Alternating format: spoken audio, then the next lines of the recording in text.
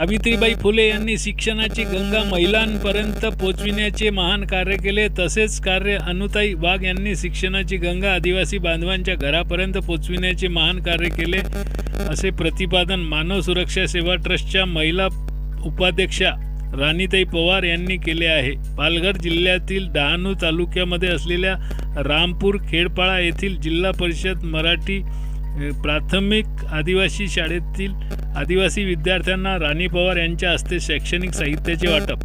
Red news जिल्हा प्रतिनिधी प्रकाश तांबडे यांनी पाठविलेल्या बातमीपत्रानुसार पालघर जिल्ह्यातील डहाणू तालुक्यामध्ये असलेल्या रामपूर खेडपाळा येथील जिल्हा परिषद मराठी प्राथमिक आदिवासी शाळेत विद्यार्थ्यांना मानव सुरक्षा सेवा ट्रस्टच्या महिला आघाडी राज्य उपाध्यक्ष राणीताई पवार यांच्या हस्ते शैक्षणिक साहित्याचे वाटप करण्यात आले. यावेळी बोलताना त्यांनी सांगितले की आदिवासी विद्यार्थ्यांचा ब्रेन हा कॉम्प्युटर आहे. जे कार्य सावित्रीबाई फुले यांनी प्रत्येक महिलांच्या दारापर्यंत शिक्षणाची ज्ञानगंगा पोचविल्यासारखे केले आहे, तशाच प्रकारचे कार्य अनुताई वाघ यांनी करून आदिवासी बांधवांच्या घरापर्यंत शिक्षणाची गंगा पोचविली.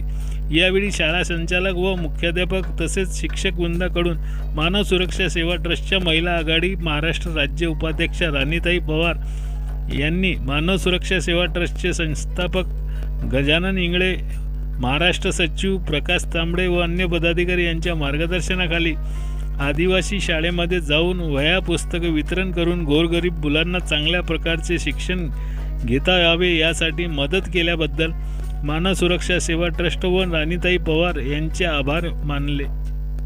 समारंभ करत असतात, मी करते नाही असं नाही, पण या 3 जानेवारी 12 जानेवारीमध्ये मी प्रत्येक शाळांमध्ये जाऊन त्यांना खाऊ वाटप करते आणि तिथल्या मुलांना गोष्ट सांगते. त्या गोष्टीत मी त्या मुलांना प्रश्न विचारते आणि ते विचारलेल्या प्रश्नांची जी मुलं उत्तरं देतात ना, त्या मुलांना मी गोष्टीचं पुस्तक गिफ्ट करते. आणि असं आहे की मुलांना खरं सांगायचं, आदिवासी मुलं जी आहेत त्यांचं ब्रेन जो आहे ना तो कम्प्युटर आहे. त्यांना एकदा एक गोष्ट सांगितली की ती परत सांगावी लागत नाही, रिपीट करावी लागत नाही, कारण त्यांच्या डोक्यात ती फिट बसलेली असते.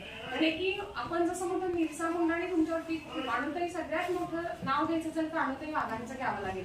ज्या आदिवासी ह्याच्यामध्ये अनुताई वाघांचं योगदान सगळ्यात जास्त आहे. आणि पाड्यावर जाऊन लोकांना सांगून तिथल्या मुलांना शिक्षणासाठी शिक्षणाची गंगा त्यांच्या घरापर्यंत पोहोचवण्याचं काम अनुताई वाघांनी केलेलं आहे.